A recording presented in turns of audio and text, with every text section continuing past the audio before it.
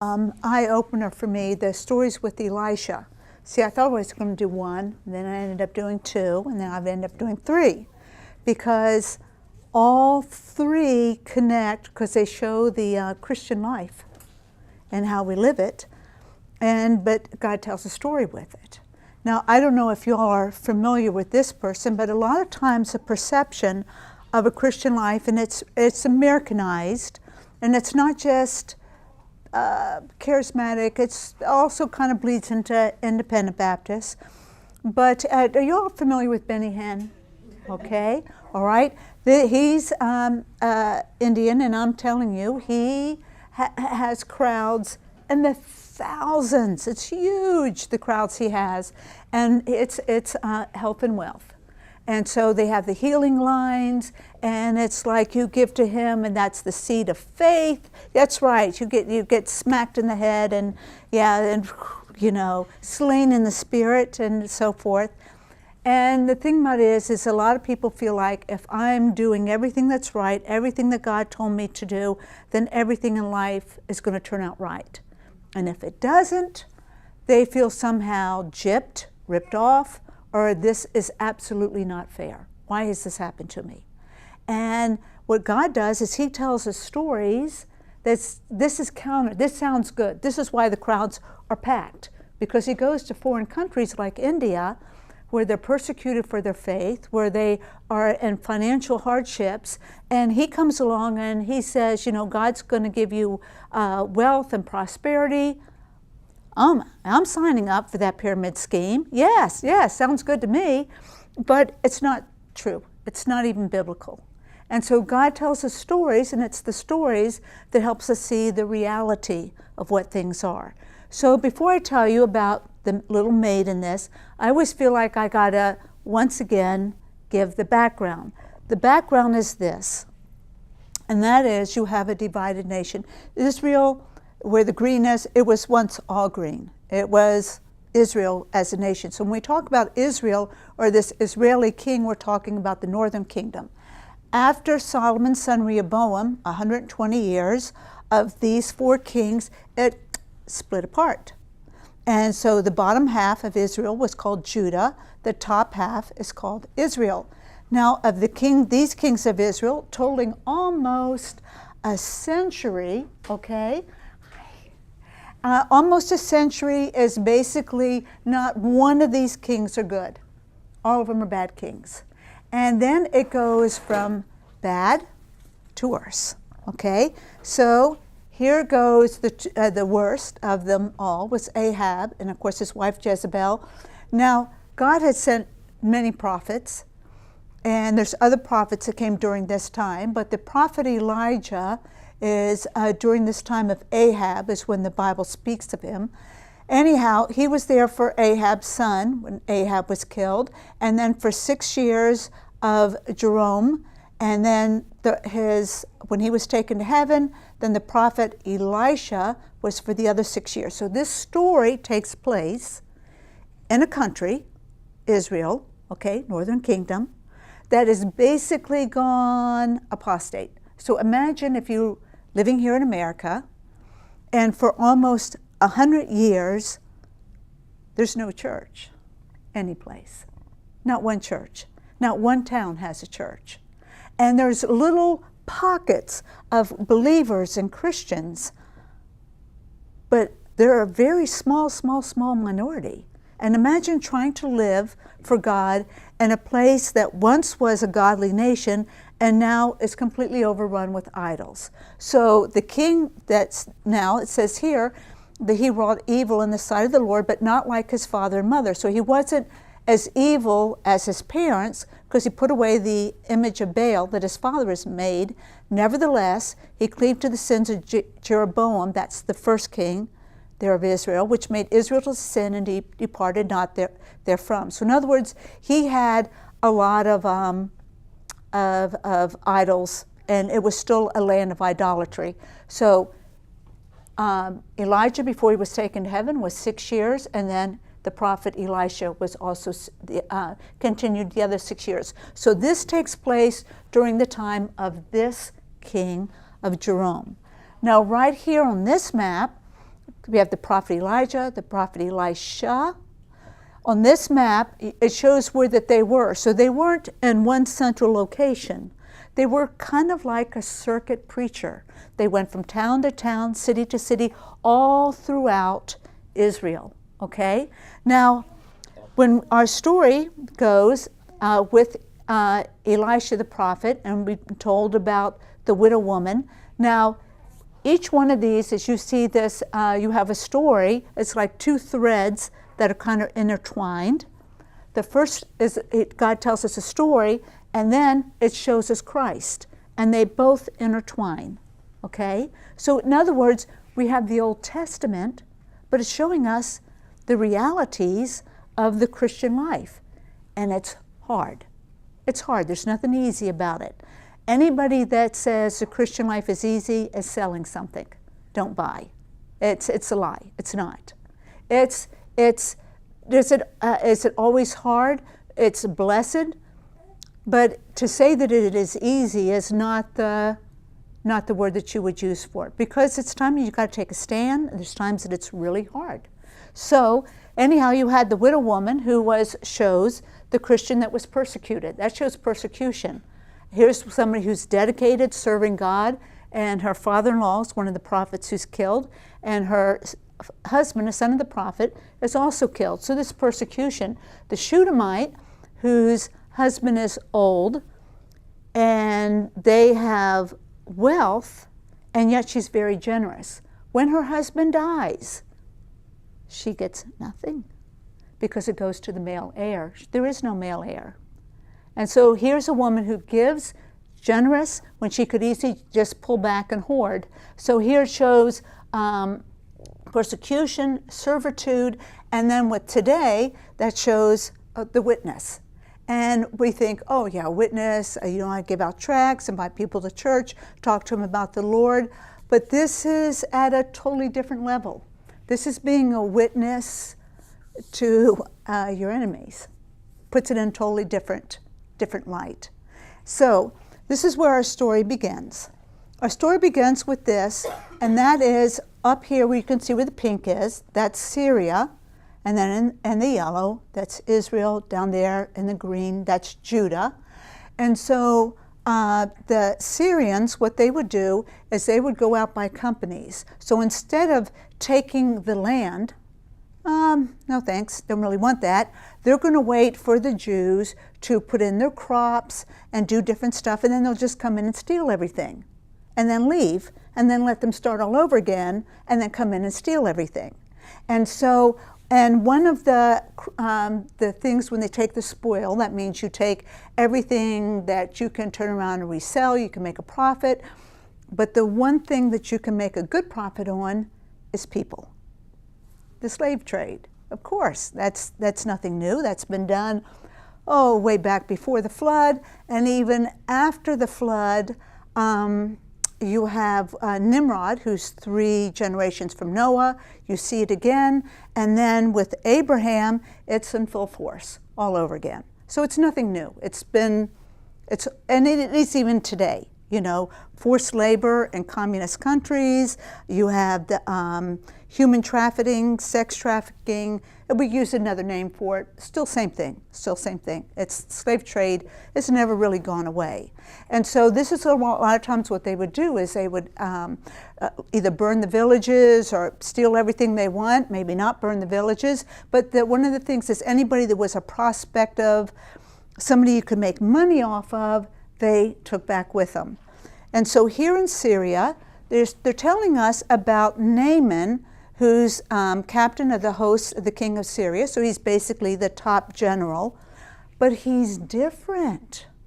This guy, he's not a Christian, he's not a believer in God, but he's different. He's different than any other Syrian, because it says here that he was a great man with his master, and he was honorable.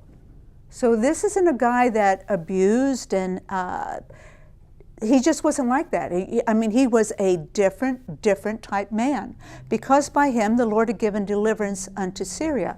Now that's interesting. So when they went to war with other nations, that God used him to keep Syria safe. Now, that was interesting, that God, he's good to the just and the unjust. Interesting to me that even that sentence is in there. He was also a mighty man of valor, but he was a leper. So for all the good things about this man, the one thing that is, he's a leper. So leper, of course, is a type of what? Sin. Because it starts small, it spreads, there's no cure for it, and somebody dies of it. So it's kind of a type of sin there.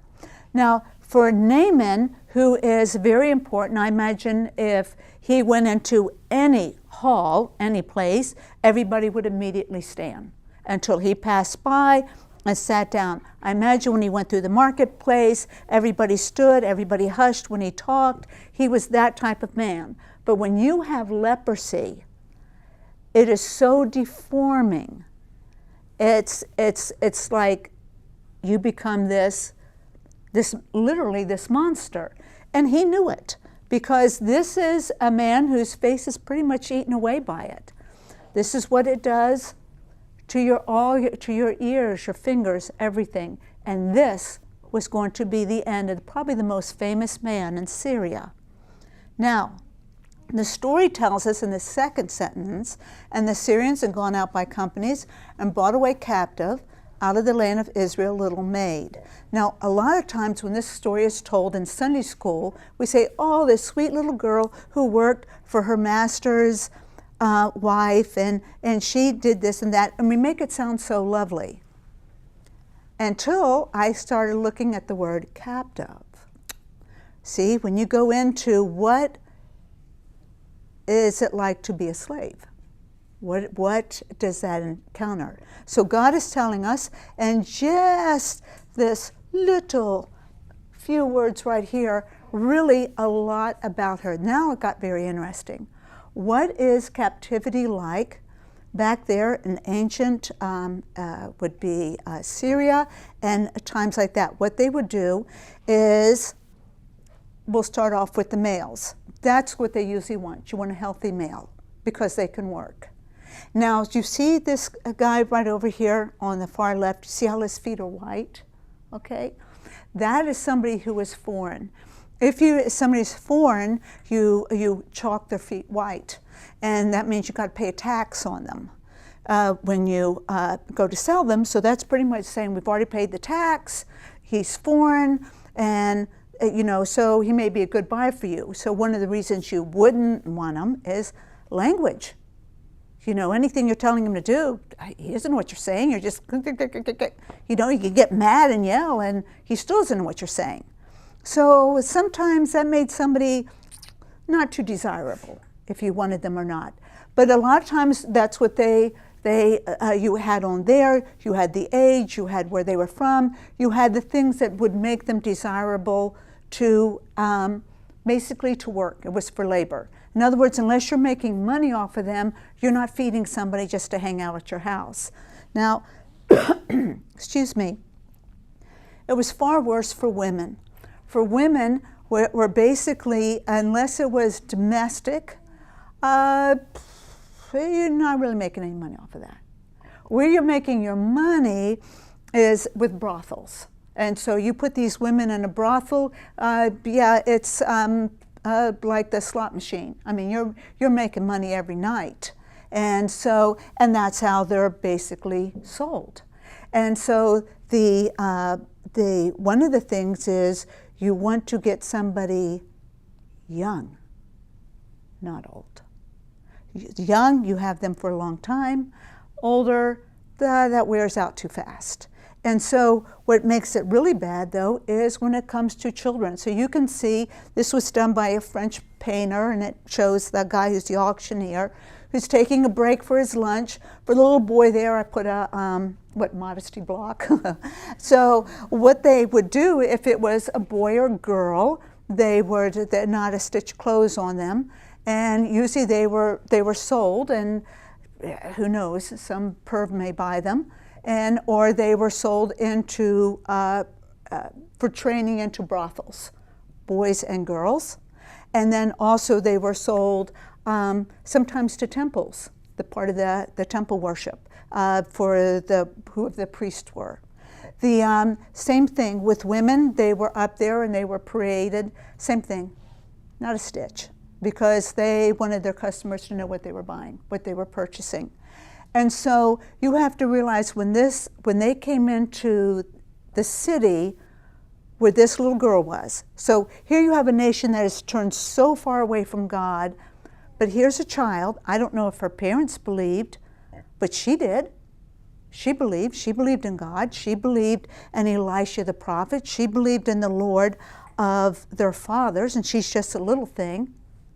She's taken away, and she's herded in with everybody else. Obviously, that's going to be sold. So there's no parents, so what's going to happen to her? So is she going to be sent off to some brothel, a little thing? Sent off to some pervert gets her, some who knows what. And so here it goes, we have Naaman, which speaks to him. He said he was an honorable man. And so he was different. Perhaps he had such pity because he knew what would happen to that child that he purchased her for his wife. Now this is another thing you have to realize how unusual this is. And that is that there's a tier. This isn't an English household, but it's very similar in all countries. There's a tier or a placement to servants, and so of importance. This is your domestic levels. The one who is the most important, and this, of course, this is a paid staff. But if you're buying slaves, it works the same way. You have your housekeeper, she's over all of this, and your head butler. And those are the two that are head over all the other servants. Now, for your personal servants, you have your lady's maid. Now, she will attend to the mistress of the house, and she is privy to everything. Keep your mouth shut, but she knows everything that's going on. And she does everything for her mistress, her hair, her clothes, runs her bath, she does everything. And the mistress may confide in her, talk to her, but she's the most trusted of all the servants. And the valet is the same thing for the man. It's his personal one who follows him around, does everything for him. And then you have your others, and you come all the way down to the lowest, being your laundry maid and your scullery maid. They're the ones who clean out the fireplaces, but it goes. So consider this, that when you want a lady's maid, then you see sometimes you would have more than one. You want a woman of experience. You want a woman that knows how to fix your hair and all the stuff. She knows how with the clothes that have to be pressed, that have to be washed. And by the way, that's usually like a 3-hour deal for those clothing. It's somebody that knows they can read what you want, what you don't want. They do everything for you. They make sure you look beautiful. So one of the things about here is you don't get a child. Nobody gets a child to do that job. Why? Child doesn't know what they're doing. The second thing is a language barrier. You don't, remember the ones that had the white chalk on the feet? I don't know, they don't know what I'm saying, that's the language barrier. No thanks. So you have that little maid that came in, she speaks Hebrew. In Syria, they speak Arabic. You didn't know Arabic. So you have a little child, you have a girl, that is going to be a lady's maid and does not speak the language. That says something to me about Naaman, his compassion for this girl. And by the way, this was, you might say standard, that the men are the ones that usually went to the auctions, and they would usually purchase lady's maid for the wife. It was sort of a gift. Remember what Abraham did? He purchased Sarah for his wife. Rachel and Leah, the two sisters in the Bible, what did the dad give them as a wedding gift? 2 ladies' maids. Here, these are yours. And by the way, whoever this lady's maid is, you're not working a job that you say, I don't want to do this, and I'm going to quit. That's your life. That's your life. You're never getting out. That is your life. Her life, for the rest of her life, she was free. She lived in Israel. She was taken captive. And now there's Naaman, who's had kind of this compassion for her and brought her to be a lady's maid for his wife, of which she was not qualified, but he felt so sorry for her. But this will be her life. So here it is, her master has leprosy. You know what she could have said? Good. I hope he rots.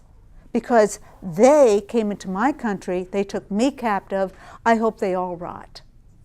I mean, her attitude, her feelings towards him could have been so much like that. It's interesting. It says that a little maid, and she waited on Naaman's wife, so obviously she's the lady's maid. And she said unto her mistress, because there was nothing, I'm sure they went to every doctor there was, would God my Lord were with the prophet that is in Samaria, for he would recover him of his leprosy. Now this is interesting. How did she know that? Of the 14 miracles that Elisha did, I believe not all of them are recorded. I believe it was far more than that. The ones that are recorded because we're supposed to learn from those. But perhaps he had recovered people from the leprosy. Perhaps she had seen or known that he had done this. You know, because why would you say that if you didn't know that he could do that? Unless you didn't see it. And it's interesting because who went in and told that to Naaman? Some people think the wife did. Well, if it was the wife, they would have said the wife. So was it kind of talked around? Did somebody say it to Naaman's valet or somebody else?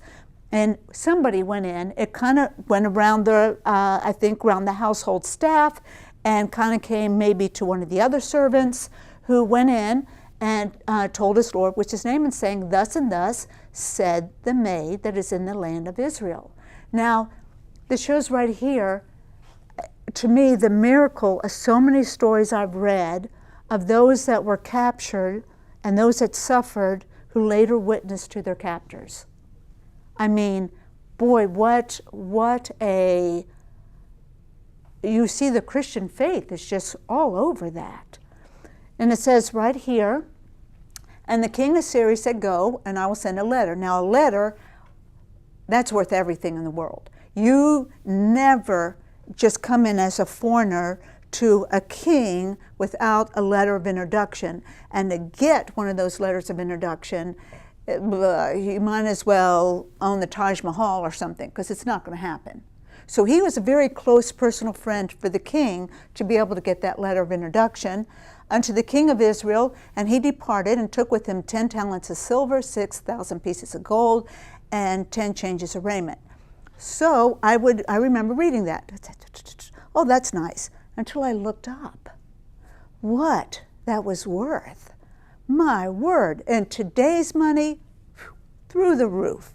So the first one is 10 talents of silver. 1 talent is 80 pounds of silver, valued at 23,000. So the total of 10 talents is $230,000 in today's money. Boy, that huge. Okay, 6,000 pieces of gold. 1 piece is valued at $50. The total value of the gold would be $300,000. That's over $500,000. Huge. I believe not only from Naaman's wealth, but also probably from the king who gave to his friend. Okay, couture. Do anybody know anything about couture? Only I would actually find something like that interesting. But I was. Anyhow, haute couture. Garments are made entirely by hand, and the industry most skilled artisans and craftsmen represent the best quality of fashion money can buy. And yes, this comes at a price. Even at that level, the price tag or budget is not even considered. Certain pieces valued upwards to $100,000. If you wanted a day outfit, I mean, you're not really That's like going to the store, clothes. I mean, you're not going really big, and you go haute couture, maybe to Ralph Lauren or Chanel or someplace in Paris like that. 25,000. You drop 25,000. Chump change. No, it's a Discover card. You have to take it. You know, it's nothing. 25,000 for an outfit is nothing. 50,000, 60,000 for a coat. Oh, come on. What are you piddling over pennies here? It's so little because clothes were as expensive as the silver and the gold. All of that had to be done from the very start. The silk, all of its natural fibers, everything has to be done by very skilled artisans. It's very expensive. It's very, the weaves, the design, everything in it. So 10 garments? 10 like this? Wow, that is huge, and you can just hit that cash register again and again because that's running big time money. So when Naaman comes, he's not a cheapie. I mean, he's putting out a lot to be cured of his leprosy. And so he takes all of this and he goes to Israel, and when the king of Israel, who's basically, if you've been reading before this, Syria has been a constant enemy to them. They've been raiding their towns or villages, carting their people off as captives. This is Jerome. This is the son of Ahab and Jezebel. And he's like, what? And they brought the letter to the king of Israel saying, now when this letter is come unto thee, behold, I've sent Naaman my servant to thee, that thou may recover him of his leprosy. And it came to pass when the king of Israel had read the letter, he rent his clothes. And by the way, that's a big deal. A king's clothes, I mean, I could tear a sweater or a shirt. Oh, okay, I'm out $15 or, you know, whatever, 13. It's not too bad. But then those were clothes that's made especially for the king, and they're very expensive. So for a king to rip his clothes, that is saying a lot, a whole lot. And he said, am I God to kill and to make alive, that this man does send unto me to recover a man of his leprosy? Wherefore consider, I pray you, and see how he seeketh a quarrel against me. It's like they want to go to war with me. That's what this is. This is nothing but a ploy, a trick to go back to war with me. And anyhow, and it's funny how stuff goes around the palace, because Samaria was the capital when Elisha was there, and it gets all the way back where Elisha hears of it. And it was so when Elisha, the man of God, had heard that the king of Israel rent his clothes, that he sent to the king, saying, wherefore hast thou rent thy clothes? Let him come now to me, and he shall know that there is a prophet in Israel. Now, before this, if you read the stories before this, twice Elisha has saved Jerome's life, twice. So he does have, you might say, the ear of the king. Anybody else sends a note in or a message in, he's ignore it. Coming from Elisha, yeah, he's listening. So he sends that, he says, what are you doing? He said, there's a prophet in Israel, send him to me. So when he comes in all the splendor of he's got his horse, his chariots, the whole thing. And when he comes to the door of Elisha sent a messenger. He didn't even come out to greet him, didn't come out to talk to him. He sent a servant out saying, go wash in Jordan 7 times, and thy flesh shall come again unto thee, and thou shalt be clean. But Naaman was wroth, means he's really angry, went away and said, behold, I thought.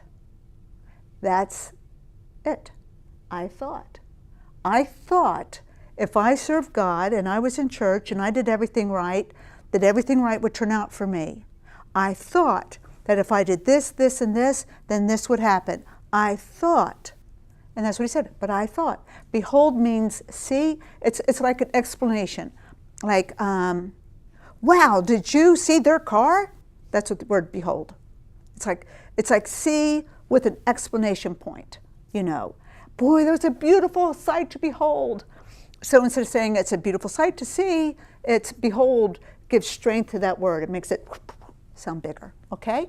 So he says, he would come out to me, stand and call in the name of the Lord, and strike his hand over the place and recover the leper. So in his mind, he saw what the, you might say witch doctors, I don't know what they'd be called, sorcerers would do. In Syria, he thought the same thing would happen. I thought that would happen.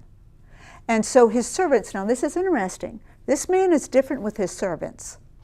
So it must have been perhaps his valet and those others that were close to him. And his servants came near and spake unto him and said, my father. What would you normally say to your, you would say, my master. You wouldn't say my father. So that shows a man who has a compassion for those that work underneath him and those that serve him. He said, my father, if the prophet had bid thee to do some great thing, wouldst thou not have done it? How much more then? He said, wash and be clean. And so what he does is, of course, he complains about that the waters in Syria are better than Jordan. Jordan, this was the best picture I could find.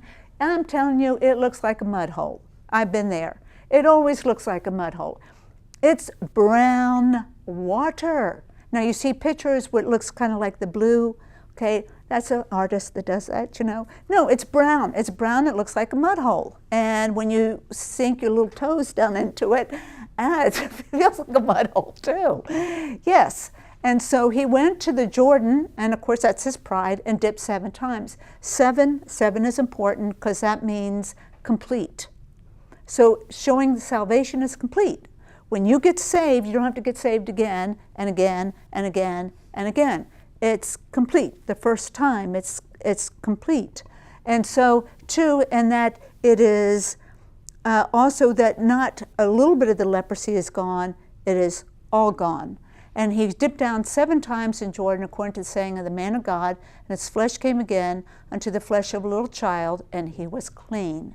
And so here it was, he comes back. So this is a picture of salvation. Here's a girl that witnesses under the, really, of her enemy, the people that have caused her people sorrow, pain, and everything else. It would be like somebody that came out of the concentration camp and was witnessing to Goring, who had sent them all to their death. And you know what I mean? It's one thing to witness to somebody you love. It's another thing to witness to somebody that has been brutal. And so here it is, he comes back and he offers him, and it's interesting, he said, once again he used the word behold, which puts a lot of emphasis on the word see. Behold, now I know. It's interesting. Before, I thought, and now he says, I know.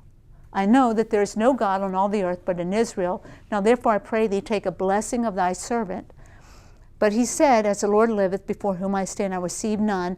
And he urged him to take it, but he refused. Now, this is interesting because that means that salvation is bought. If he did this, then the Catholics are right. So therefore, then I will pay indulgence, and I can get my loved one out of purgatory. And the more I give, then that lessens their time in purgatory and will move them out. They once said that Jackie Kennedy / Onassis gave $1 million to the Catholic Church to, she thought, bringing her husband out of purgatory into heaven. So that means God is bought. If he accepted that, that would be, I think, the scripture that every false religion would use. And so now that is, the story is really, it's about Naaman, which is salvation. You see how that's kind of interwoven. But then it tells us a story of witnessing, and it tells us basically within about 5, or really less than 2 sentences, about a girl and her witnessing, and it's a picture of the Christian life. This is 3 books I recommend. I've recommended these before. They're amazing. And that is The Hiding Place. And I don't know, does everybody know who Corrie ten Boom is? Okay, that is a book that is worth reading. This is during World War II when they were hiding Jews. And they were, the hiding place, that's why it's called The Hiding Place, had a false wall where they hid them. And she was talking about that her and her sister were in the concentration camp for hiding Jews, and how that her sister was such a witness. And it's just an amazing story. And I tell you, I cry every 100% time, so I'll tell you this time without not crying.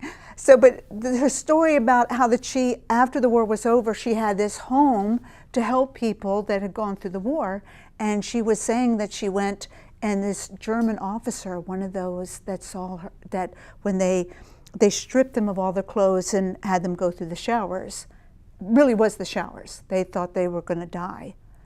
And these officers were laughing, mocking them. And this officer had come and told her that he had gotten saved and put his hand out to shake her hand. And she was talked about like she seriously, like, no. You know, and it's her whole struggle with that. It was just the most amazing book. You've got to read it. That is the best book ever. But it made me think of that little maid that if she had seen the Syrians kill her parents or her siblings, and she's taken away, and she is stripped of nothing in front of crowds that are maybe laughing or mocking or bidding on her, wouldn't you despise those people? How could you then say, well, if he will see the prophet in Israel? You know what I mean? It's just such a Christ-like God is showing us. You know, it's not, we think as Christianity is easy. It's saying no to self, and there's nothing harder than that. And Tortured for His Christ, this is Richard Wurmbrand. He was in a Christian communist country when they threw him in prison, and oh my goodness, the 13 years, it's a wonder the man even lived. And he talked about sometimes when a guard would be in trouble and they would throw them in prison with the same people they had tormented, thinking that the prisoners would turn on them. And he said it was the Christians who were kind to the guard that had tormented them.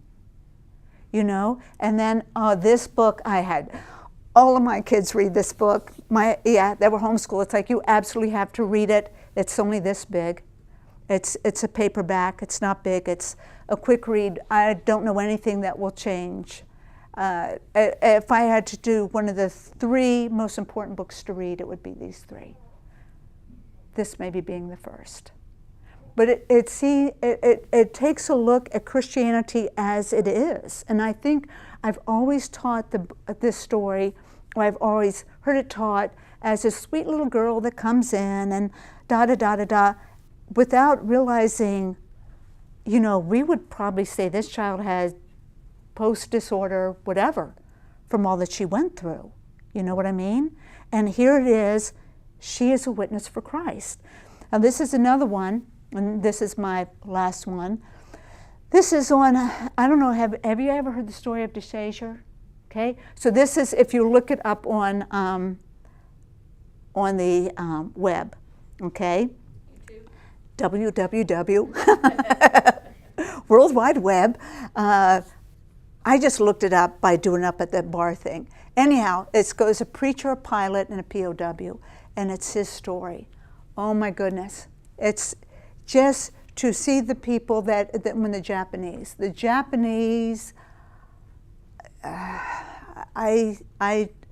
in my mind, I can't understand such cruelty to prisoners. And then, of course, that he talked about witnessing to the people, the very people that tormented him. And it's just, yeah, it is amazing. So it makes me look at the little maid in a totally different light. Instead of this sweet little story, I look at her in the same frame that I do these people. That, wow, now that God is showing us what living as a Christian is. And it's hard. It's hard. It's saying no to self. It's probably the hardest thing we'll ever do. So anyhow, so that's the lesson.